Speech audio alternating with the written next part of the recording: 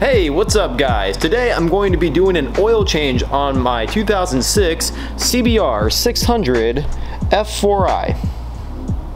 Now this oil change for this motorcycle is long overdue, and today, as a matter of fact, the bike started making some really weird sounds. And it made me think that the engine was about to seize. So we're going to change the oil, start her up, see what's going on with the engine. Alright. Here's the tools that you're going to need. The tools that you're going to need to perform this oil change are as follows: gloves, a 12mm socket and wrench, a torque wrench, a new oil filter, and about a gallon or 4 quarts of 10W40 synthetic motorcycle oil. It's always good to have some rags and an oil catch pan for your used oil.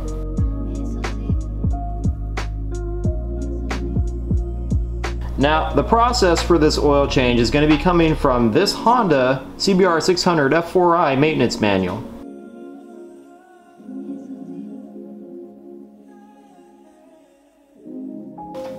Take your 12mm socket and wrench and remove the drain plug from your oil pan.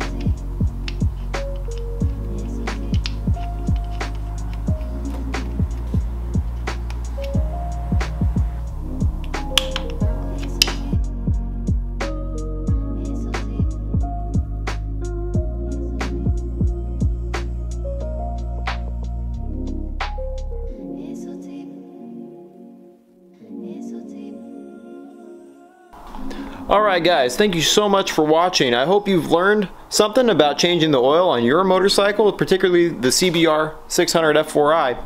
I'm going to start this up now and make sure things aren't leaking, and hopefully my motor's not seized. If it is, there will be another video on that real soon. But anyway, this is how you change your oil. Thank you so much for watching. Like and subscribe, and I'll see y'all next time.